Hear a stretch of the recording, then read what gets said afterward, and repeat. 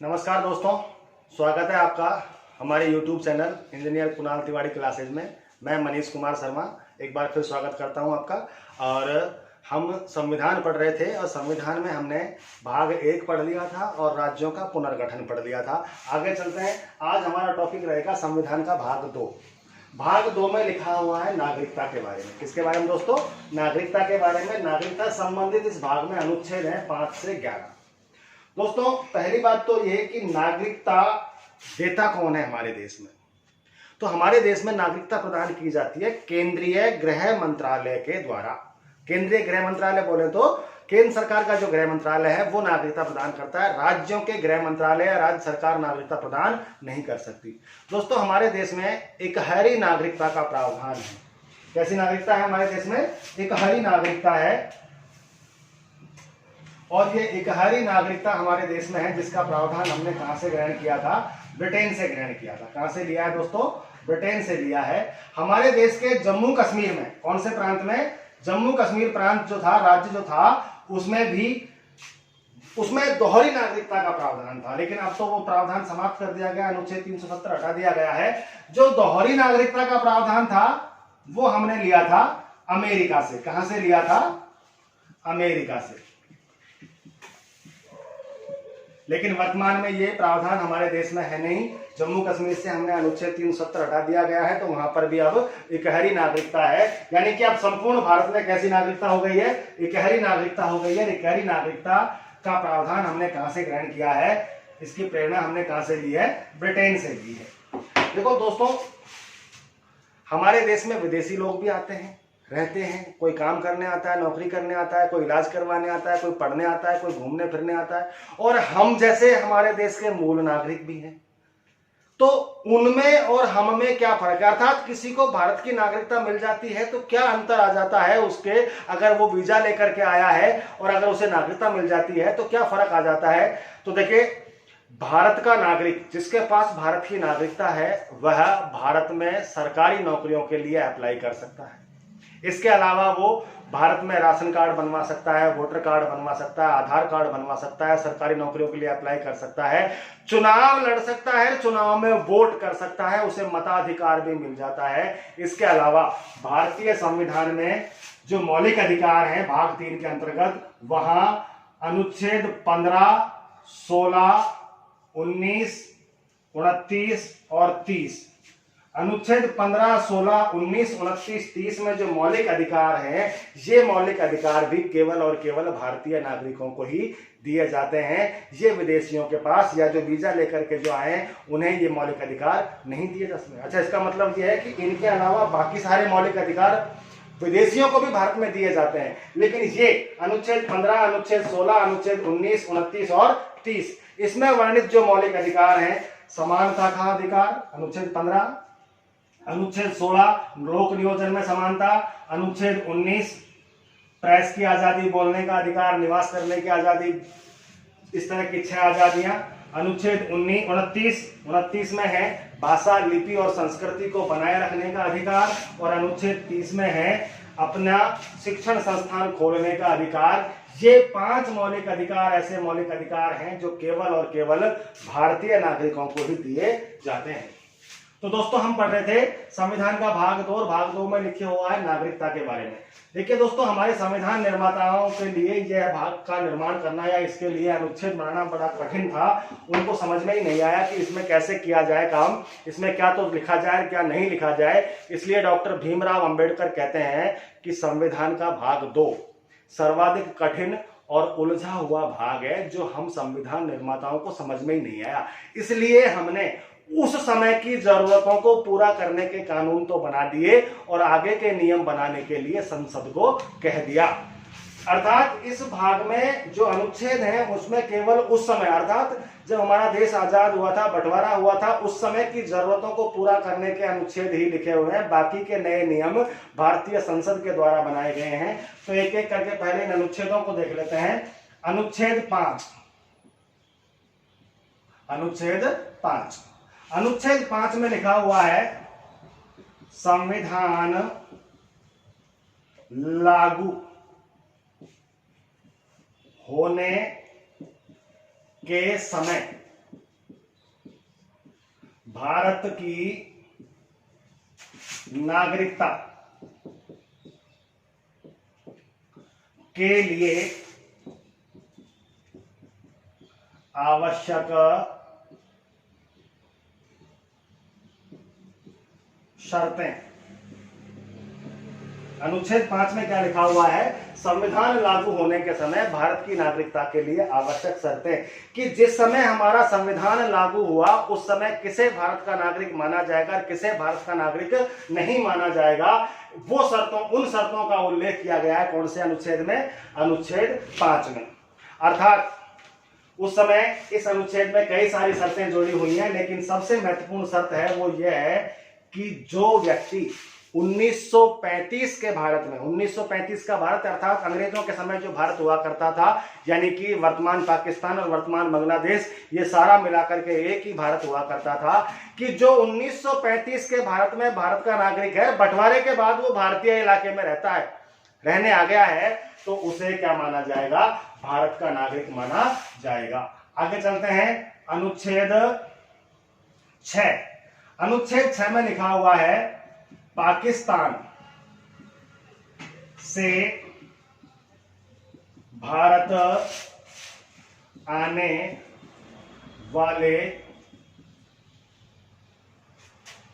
वाले लोगों के लिए नागरिकता की शर्तें,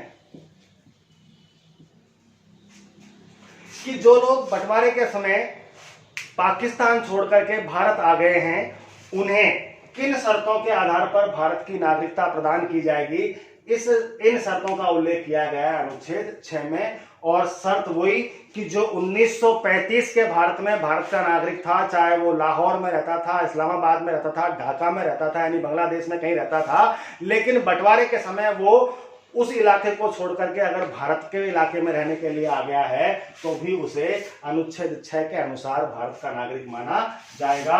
अनुच्छेद 7। अनुच्छेद 7 में लिखा हुआ है भारत से पाकिस्तान जाने वालों की भारत की नागरिकता समाप्त मानी जाएगी। कि वो लोग जो बंटवारे से पहले, विभाजन से पहले भारत के नागरिक थे, लेकिन बंटवारे के समय वो भारत को छोड़कर के पाकिस्तान चले गए हैं, तो उनकी भारत की नागरिकता समाप्त मानी जाएगी। दोस्तों, अनुच्छेद 5 में लिखा हुआ है संविधान लागू होने के समय भारत की नागरिकता के लिए आवश्यक शर्तें, कि कोई व्यक्ति अगर भारत में ही रह रहा है, अलवर में रह रहा है, जयपुर में रह रहा है, दिल्ली में रह रहा है, तो वो भारत का नागरिक कब माना जाएगा? जब वो 1935 में, वो या उसके परिवार के लोग 1935 के भारत में रहते थे और वर्तमान में भी वो भारत में है, तो अकॉर्डिंग टू आर्टिकल 5 वो इस समय भी भारत के नागरिक होंगे, भारत के सिटीजन कहलाएंगे। अनुच्छेद 6 में लिखा हुआ है कि पाकिस्तान से भारत आने वाले लोग, बंटवारे के समय जो लोग पाकिस्तान छोड़कर के भारत आ गए, उन्हें किन शर्तों पर भारत की नागरिकता प्रदान की जाएगी? शर्त वही कि जो 1935 के भारत में भारत के नागरिक थे, बंटवारे के समय वो पाकिस्तान के इलाकों को छोड़कर के भारतीय इलाकों में रहने के लिए आ गए हैं, तो उन्हें भी भारत का नागरिक माना जाएगा। अनुच्छेद 7 कहता है कि जो लोग बंटवारे के समय भारत को छोड़कर के पाकिस्तान में रहने के लिए चले गए हैं, उनकी भारत की नागरिकता समाप्त हो जाएगी। और अनुच्छेद 8 कहता है भारतीय मूल के विदेशियों को नागरिकता किन शर्तों पर प्रदान की जाएगी? देखो, पाकिस्तान वाली बात तो हो गई इन 3 अनुच्छेदों में कि जो भारत का ही था और भारत में ही है, तो उसे अनुच्छेद 5 के अनुसार भारत का नागरिक बनाया जाएगा। जो पाकिस्तान का हो गया, लेकिन बंटवारे के समय पाकिस्तान छोड़ के भारत आ गया, तो भारत का नागरिक कहलाएगा। और जो बंटवारे के समय भारत को छोड़कर के पाकिस्तान चला गया, उसकी नागरिकता समाप्त। अनुच्छेद 8 कहता है कि ऐसे लोग जो पाकिस्तान के अलावा किसी और देश में रहने के लिए चले गए थे पहले, वो भारतीय मूल के हैं। जैसे कुछ लोग साउथ अफ्रीका चले गए थे, हमारे गांधी जी भी साउथ अफ्रीका गए थे, हालांकि वो लौट करके आ गए। ऐसे बहुत सारे लोग हैं जो बहुत सारे देशों में जाकर के व्यवसाय करने के लिए चले गए थे, साउथ अफ्रीका, इंडीज, इंग्लैंड, ऐसे बहुत सारे देशों में लोग चले गए थे। तो यदि वो लोग, अब चूंकि भारत में गणतंत्र की स्थापना हो चुकी है, भारत में लोकतंत्र की स्थापना हो चुकी है, तो अगर अब वो लौट करके आना चाहें तो उन्हें अनुच्छेद 8 के अनुसार भारत की नागरिकता प्रदान की जा सकती है। इसके बाद आता है हमारा अनुच्छेद 9, और अनुच्छेद 9 में लिखा हुआ है नागरिकता समाप्त होने संबंधी प्रावधान। कौन से अनुच्छेद में? अनुच्छेद 9। अनुच्छेद 9 में क्या लिखा हुआ है? नागरिकता समाप्त होने संबंधी प्रावधान। कि वो कौन से आधार हो सकते हैं जिनके द्वारा भारत की नागरिकता समाप्त हो सकती है। तो यहां पर अनुच्छेद 9 में 3 आधार बताए गए हैं भारत की नागरिकता समाप्त होने के। पहला आधार बताया गया है स्वेच्छा से त्यागने पर।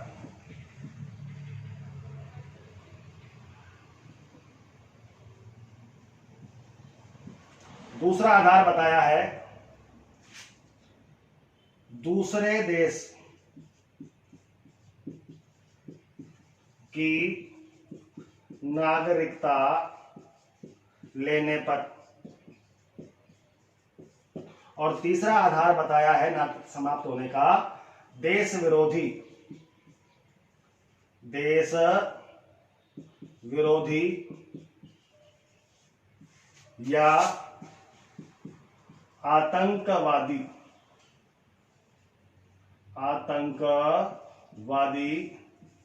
घटना में शामिल पाए जाने पर।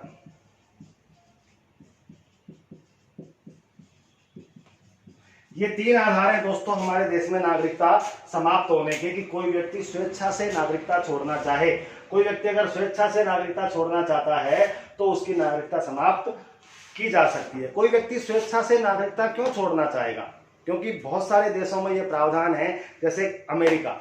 यदि मैं अमेरिका की नागरिकता लेना चाहूं तो अमेरिका में यह शर्त है कि अमेरिका उसी व्यक्ति को अपने देश की नागरिकता देता है जो किसी और देश का नागरिक नहीं है। अर्थात अमेरिका की नागरिकता लेने के लिए मुझे पहले भारत की नागरिकता से रिजाइन देना पड़ेगा, तो मैं स्वेच्छा से अपनी नागरिकता छोड़ सकता हूं। इसके अलावा दूसरा आधार है किसी दूसरे देश की नागरिकता ग्रहण कर लेने पर। यदि कोई व्यक्ति भारत सरकार को बिना बताए भारत की नागरिकता को बिना त्यागे किसी दूसरे देश की नागरिकता ग्रहण कर लेता है तो भी हमारे देश में यह प्रावधान है कि उसकी भारत की नागरिकता स्वतः ही समाप्त मानी जाएगी। या यदि कोई व्यक्ति देश विरोधी या आतंकवादी घटनाओं में शामिल पाया जाता है, यदि कोई व्यक्ति देश विरोधी या आतंकवादी घटनाओं में शामिल पाया जाता है तो भी उसकी नागरिकता समाप्त की जा सकती है।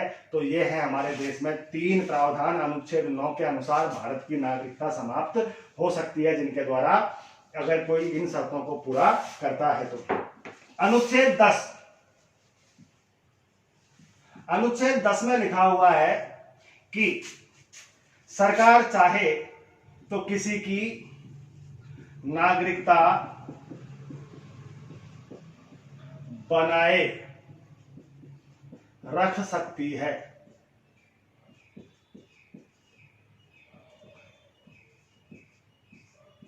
सरकार चाहे तो किसी की नागरिकता बनाए रख सकती है। यदि कोई व्यक्ति अनुच्छेद 9 की किसी शर्त को पूरा कर रहा है, अर्थात उसने किसी दूसरे देश की नागरिकता ले ली, लेकिन भारत सरकार को लगता है कि यह व्यक्ति अगर भारत का नागरिक रहेगा तो भारत के आर्थिक विकास में सहयोगी रहेगा, भारत के लिए अच्छा रहेगा, भारत के लिए लाभप्रद रहेगा, तो भारत सरकार चाहे तो किसी व्यक्ति की दूसरे देश की नागरिकता ले लेने के बावजूद उसकी भारत की नागरिकता बनाए रख सकती है। जैसे हमारे जो फिल्म अभिनेता हैं अक्षय कुमार, उनके पास ब्रिटेन की नागरिकता भी है और वो भारत के भी नागरिक हैं। ऐसे ही हमारे पंडित जवाहरलाल नेहरू जो प्रथम प्रधानमंत्री थे, उनके पास भी दोहरी नागरिकता थी, वो भी ब्रिटेन के भी नागरिक थे और भारत के भी नागरिक थे। ताजा उदाहरण विजय माल्या भारत के बड़े इंडस्ट्रियलिस्ट थे और उन्होंने ब्रिटेन की नागरिकता ले ली थी।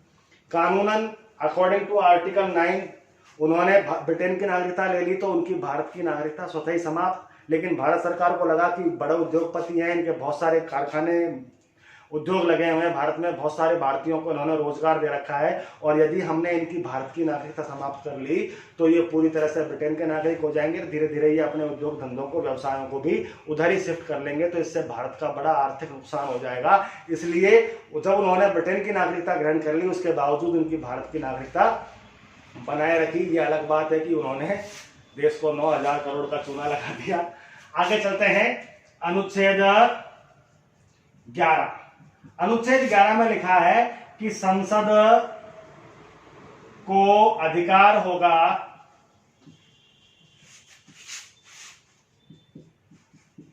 कि वह नागरिकता संबंधी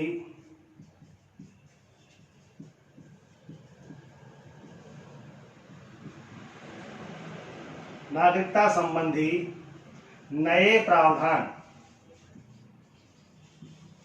जोड़ सकेगी।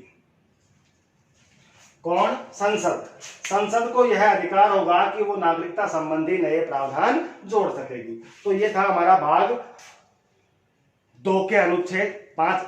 अनुच्छेद में हमने पढ़ा था अनुच्छेद 5 में कि जो है नागरिक संविधान लागू होने के समय भारत की नागरिकता के लिए आवश्यक शर्तें, और फिर हमने पढ़ा था अनुच्छेद 6 कि पाकिस्तान से जो लोग भारत आ गए हैं उन्हें किन शर्तों पर भारत की नागरिकता दी जाएगी। फिर हमने पढ़ा था अनुच्छेद 7 कि जो लोग भारत छोड़कर के पाकिस्तान चले गए हैं उनकी भारत की नागरिकता समाप्त मानी जाएगी। फिर हमने पढ़ा था अनुच्छेद 8 कि भारतीय मूल के जो विदेशी हैं, जो पाकिस्तान के अलावा किसी और देश में रहते हैं, उन्हें किन शर्तों पर नागरिकता दी जाएगी। फिर हमने पढ़ा था अनुच्छेद 9 भारत की नागरिकता समाप्त होने संबंधी प्रावधान। या 3 प्रावधान बताए थे मैंने आपको, एक स्वेच्छा से त्यागने पर, दूसरा किसी दूसरे देश की नागरिकता ग्रहण कर लेने पर, और तीसरा आधार बताया था मैंने आपको देश विरोधी या आतंकवादी घटनाओं में शामिल पाए जाने पर। अनुच्छेद 10 किसी व्यक्ति की नागरिकता, अगर कोई व्यक्ति किसी दूसरे देश की नागरिकता ले लेता है, अर्थात अनुच्छेद 9 की कुछ शर्तों को पूरा करता है जिसके कारण उसकी भारत की नागरिकता समाप्त हो सकती है, लेकिन अगर भारत सरकार चाहे तो उसकी नागरिकता बनाए रख सकती है, किसी व्यक्ति की नागरिकता बनाए रख सकती है। अनुच्छेद 11 में हमने पढ़ा था कि संसद को यह अधिकार होगा कि वो नागरिकता संबंधी नए प्रावधानों का निर्माण कर सकती है, और कर सकती है तो संसद ने किया भी। भारतीय संसद के द्वारा भारतीय संसद में एक प्रस्ताव पेश किया गया, एक संसद ने प्रस्ताव पारित किया। प्रस्ताव का नाम था, अधिनियम का नाम था भारतीय नागरिकता अधिनियम 1955। भारतीय नागरिकता अधिनियम 1955, ये विधेयक, ये प्रस्ताव हमारी संसद ने पारित किया 1955 में, और इसके द्वारा भारत की नागरिकता प्राप्त करने के 5 आधार बताए गए। कितने आधार बताए गए दोस्तों? 5 नए आधार बताए गए जिनके आधार पर हम भारत की नागरिकता प्राप्त कर सकते हैं, जिसमें पहला आधार है जन्म के आधार पर। किस आधार पर दोस्तों? जन्म के आधार पर। जन्म के आधार पर अर्थात जिसका जन्म भारत में हुआ हो। 1955 में बनाया कि जिसका जन्म भारत में हुआ हो और जिसके माता पिता भी भारतीय हो, तो वह बालक भी क्या होगा? भारत का नागरिक होगा। अर्थात ऐसे लोग नहीं जो वीजा लेकर के भारत में रह रहे हैं, इलाज करवाने आए हैं। बहुत सारे विदेशी लोग भारत में डिलीवरी करवाने ही आते हैं, क्योंकि उनके देशों में अस्पताल का खर्चा बहुत महंगा होता है, तो वो भारत जैसे सस्ते देशों में आकर के अपना इलाज करवाते हैं, डिलीवरी करवाते हैं। तो फिर उस बच्चे को भारत की नागरिकता नहीं मिलेगी, क्योंकि उसके माँ बाप तो भारत के नागरिक है ही नहीं। तो उसको ही भारत की नागरिकता दी जाएगी जिसके माँ बाप भारत के नागरिक होंगे। लेकिन इस आधार में एक संशोधन किया, एक और अधिनियम पारित हुआ, भारतीय नागरिकता अधिनियम 1955 का संशोधित अधिनियम 2013, जिसके द्वारा इसमें संशोधन कर दिया कि जन्म के आधार पर भारत की नागरिकता दी जाएगी जिसका जन्म भारत में हुआ हो और जिसके माता पिता में से कोई भी एक यदि अगर भारत का नागरिक है तो उसे भारत का नागरिक माना जाएगा। दूसरा आधार बताया है वंश परंपरा के आधार पर। वंश परंपरा के आधार पर वंश परंपरा के आधार पर, अर्थात जन्म चाहे संसार में कहीं पर भी हुआ हो, जन्म चाहे संसार में कहीं पर भी हुआ हो, लेकिन उसका परिवार, उसका जो है वंश, उसके माता पिता यदि भारतीय हैं तो वह भी भारत का नागरिक बन सकता है। इसके अलावा तीसरा आधार है हमारे देश में पंजीकरण के आधार पर। किसके आधार पर? पंजीकरण के आधार पर। पंजीकरण के आधार पर कैसे? कि कोई विदेशी व्यक्ति, कोई विदेशी नागरिक भारत की नागरिकता लेना चाहे तो फिर उसके पास तरीका है पंजीकरण का, कि वो भारतीय गृह मंत्रालय के समक्ष एक एप्लीकेशन लगाए कि मुझे भारत का नागरिक बनना है, तो जो है केंद्रीय गृह मंत्रालय अपनी कुछ शर्तों के आधार पर उसे भारत का नागरिक बना सकता है। शर्त क्या है? पहली शर्त, सबसे आसान तरीका पंजीकरण के आधार पर, कि उसने किसी भारतीय से शादी कर ली हो। यदि किसी विदेशी ने किसी भारतीय से शादी कर ली है तो उसकी शादी के बिहाफ पर उसे भारत का नागरिक बनाया जा सकता है पंजीकरण के द्वारा। लेकिन यदि किसी ने भारतीय से शादी नहीं की तो फिर क्या तरीका रहेगा पंजीकरण के द्वारा? तो उसके लिए तरीका है, शर्त है कि वो पिछले 5 वर्षों से भारत में रह रहा हो, पिछले 5 वर्षों से भारत में रह रहा हो, जिसमें से भी 1 वर्ष से लगातार रह रहा हो। और 8वीं अनुसूची में जो भारत की मान्यता प्राप्त भाषाएं हैं, 22 भाषाएं, उन 22 में से किसी एक भाषा को लिखना, पढ़ना, बोलना जानता हो, और केंद्र सरकार के गृह मंत्रालय को यह लगे कि यह भारत के आर्थिक विकास में सहयोगी रहेगा, अर्थात कमाने खाने वाला आदमी है, तो उसे पंजीकरण के आधार पर भारत का नागरिक बनाया जा सकता है। दोस्तों, पंजीकरण के आधार पर नागरिक बनने के 2 रास्ते हैं। एक तो किसी भारतीय से शादी कर ले, या फिर पिछले 5 वर्षों से भारत में रहे और किसी एक भारतीय भाषा का वो अच्छा जानकार होना चाहिए, तो उसे पंजीकरण के आधार पर भारत का नागरिक बनाया जा सकता है। 1955 वाले इस अधिनियम के द्वारा चौथा आधार बताया था देशीकरण के आधार पर। किसके आधार पर? देशीकरण के आधार पर। पांचवा आधार कौन सा? चौथा आधार कौन सा है? देशीकरण। देशीकरण क्या होता है? देखिए दोस्तों, हमारे देश में बहुत सारे शरणार्थी रहते हैं। बांग्लादेशियों की तो संख्या की आप गिनती ही नहीं कर सकते, आपको यकीन, आप सोच भी नहीं सकते कितने बांग्लादेशी हमारे देश में रह रहे हैं गैर कानूनी तरीके से। अर्थात वो ना तो भारत के नागरिक है, ना ही उनके पास भारत में रहने का वीजा है, फिर भी वो भारत में रह रहे हैं। अब ऐसे लोग क्या करते हैं? ऐसे लोग गैर कानूनी धंधे करते हैं, चोरी लूट खसोट करते हैं, आज यहाँ करते हैं, कल कहीं और चले जाते हैं, ना उनका कोई आधार कार्ड, ना उनका कोई पता ठिकाना, ना उनका कोई नागरिकता, तो उन्हें पकड़े कैसे? बड़ी समस्या हो जाती है। तो ऐसे लोगों के लिए भारत सरकार समय समय पर कैंप लगा करके देशीकरण के आधार पर उन्हें भारत का नागरिक बनाती है। लेकिन यहाँ पर भी कुछ शर्तें हैं, आधार है कि उसी व्यक्ति को भारत का नागरिक बनाया जाएगा जो पिछले 11 वर्षों से भारत में रह रहा हो, पिछले 11 वर्षों से भारत में रह रहा हो, साथ ही साथ पिछले 1 वर्ष से वो लगातार भारत में रह रहा हो और भारतीय संस्कृति में रच बस गया हो, अर्थात वो भारत के जो 30 त्योहार हैं, मान्यताएं हैं, परंपराएं हैं, उनको मानता हो और उसके जो है संबंध भारतीय लोगों से हो, और इसके अलावा वो किसी एक भारतीय भाषा का जानकार होना चाहिए, अर्थात लिखना, पढ़ना, बोलना जानता हो, तो उसे देशीकरण के आधार पर भारत का नागरिक बनाया जा सकता है। 5वां और आखिरी आधार है हमारा क्षेत्र सम्मिलन के आधार पर। किस आधार पर? क्षेत्र सम्मिलन के आधार पर। अर्थात कोई भूभाग हमने किसी दूसरे देश से छीन लिया, जीत लिया, खरीद लिया, या कोई देश, दूसरा देश हमारे देश को कोई भूभाग समर्पित करके चल जाता है, तो उस क्षेत्र में रहने वाले लोगों को भी स्वतः ही भारत का नागरिकता मिल जाएगी, क्योंकि वो इलाका भारत के अधिकार क्षेत्र में आ गया है। तो ये था आपका भाग 2। भाग 2 में नागरिकता के बारे में अनुच्छेद 5 से 11 के बारे में लिखा है। हमारा वीडियो कैसा लगा जरूर कमेंट करें। यदि कोई सवाल हो तो जरूर कमेंट बॉक्स में लिखें, हम आपको 100% आंसर देंगे। कोई शंका दिमाग में ना रहे। वीडियो कैसा लगा जरूर बताएं। धन्यवाद, शुक्रिया।